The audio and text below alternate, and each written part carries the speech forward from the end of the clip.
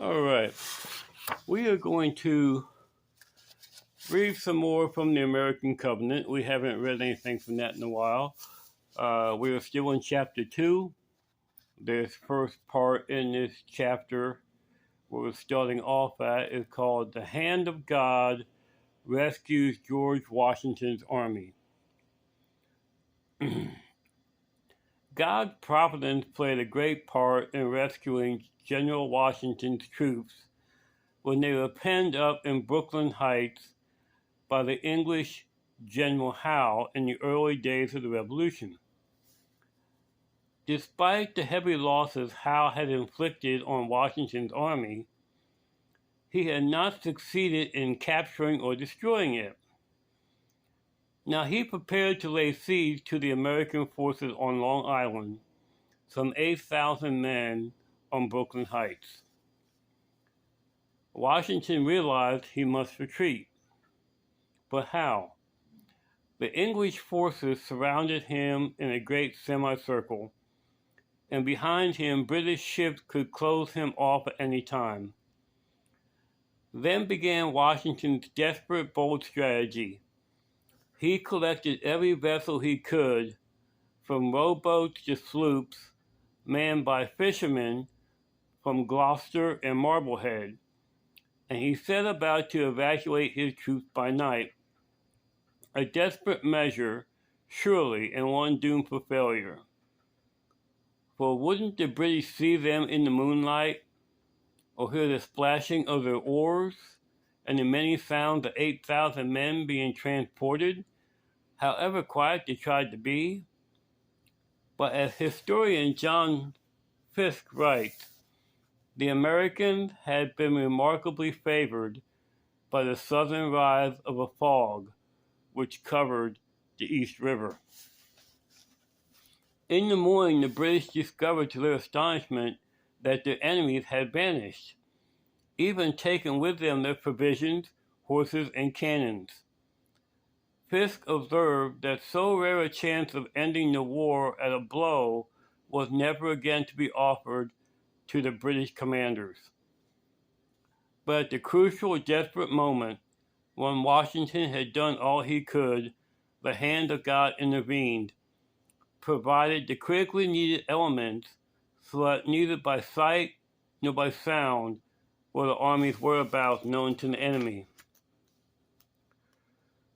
Were all these happy accidents or mere good luck? When these and 100 more striking instances of the providential hand of God in our history are put side by side, a pattern emerges that shows God's repeated protection of the new nation whose settlers have founded it for his glory. A firm reliance on divine providence.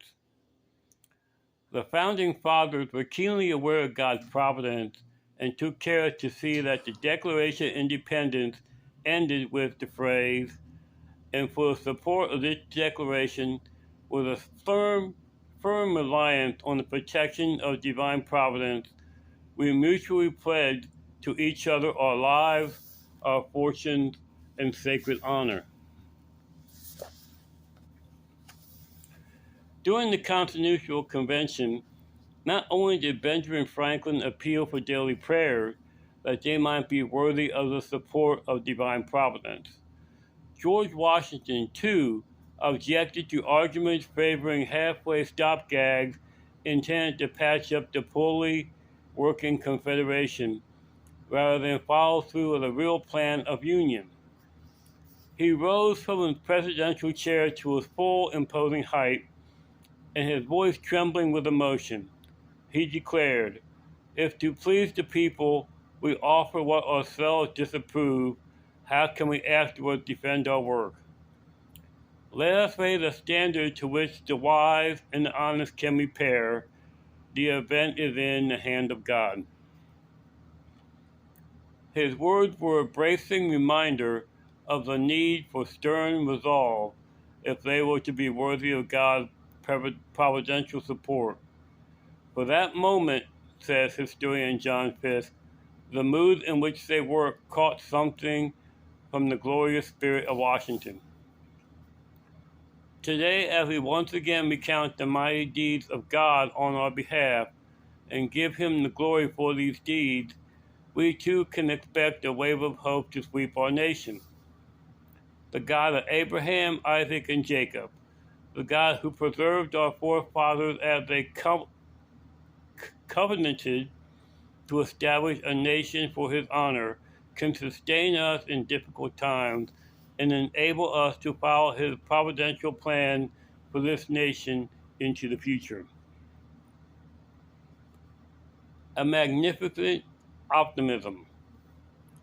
On December 30th, 1900, this poem was published in the New York Journal, America's most widely read newspaper at the time. Faith is not bread, faith is not dead, though priest and creed may pass. For thought has leavened the whole unthinking mass, and man looks now to find the God within.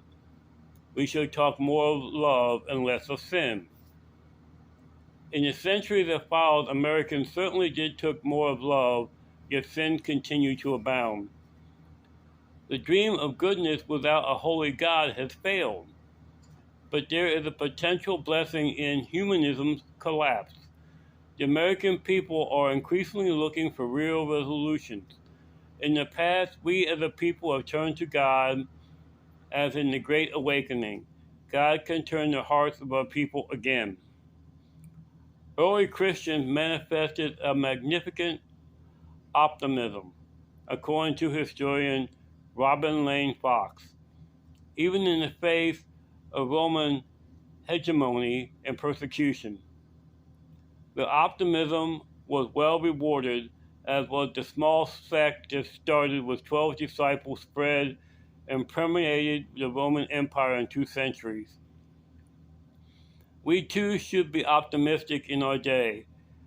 Our hope is built not upon the strength of our own resources, but upon the promises of God. As parents, we are promised that if we train up a child in the way he should go, he will not depart from it. The psalmist declares, "How blessed is the man who fears the Lord, who greatly delights in His commandments. His descendants will be mighty on earth, and the generation of the upright will be blessed." Just as He has given His people hope through scriptural promises, God has acted through history to spiritually renew entire generations in times of impending crisis and despair. There have been 4 great awakenings in American history. In each one, young people and their visionary faith played a significant role. The first Great Awakening in America had its roots in the Holy Club at Oxford, made up of Christian students like John Wesley and George Whitefield. The second Great Awakening gained great impetus from revival at the Yale under Timothy Dwight, the grandson of Jonathan Edwards.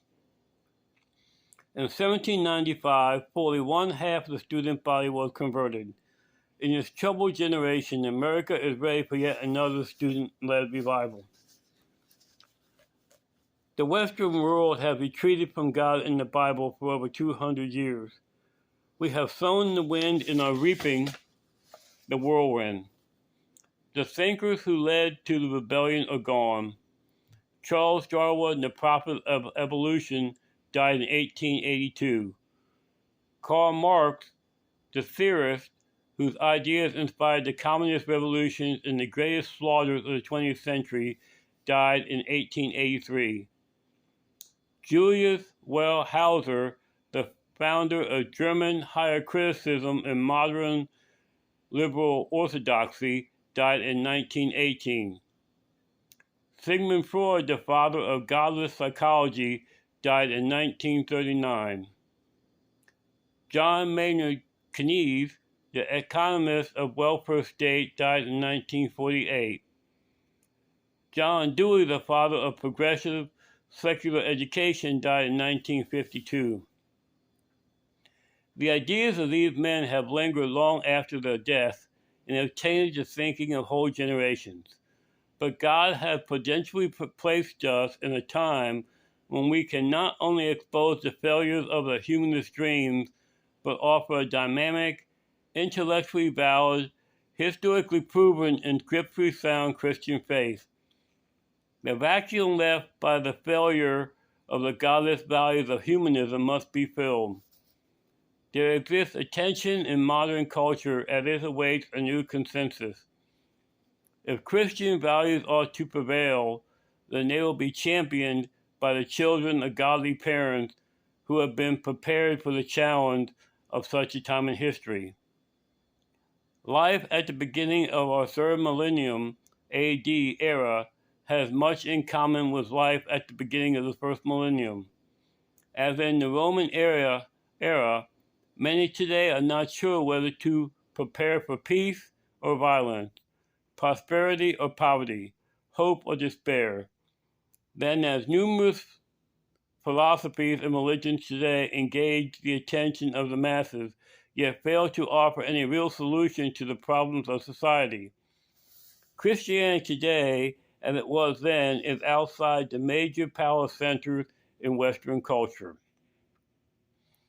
Like our first century counterparts, we can look forward with great anticipation to what God is going to do in this seventh millennium of recorded history. Just as early Christianity grew through parental leadership and education, we can train our children to rise up and have a transforming impact in this century. There is no more important task than the daily discipleship of the world's future. And as in the first century, we have every reason to exhibit a magnificent optimism. And this concludes chapter 2 of the American Covenant.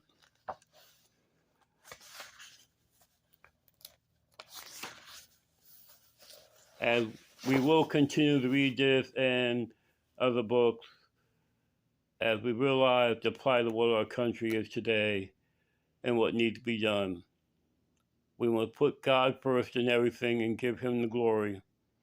Only then can we be able to receive the benefits and blessings that He offers us. God bless.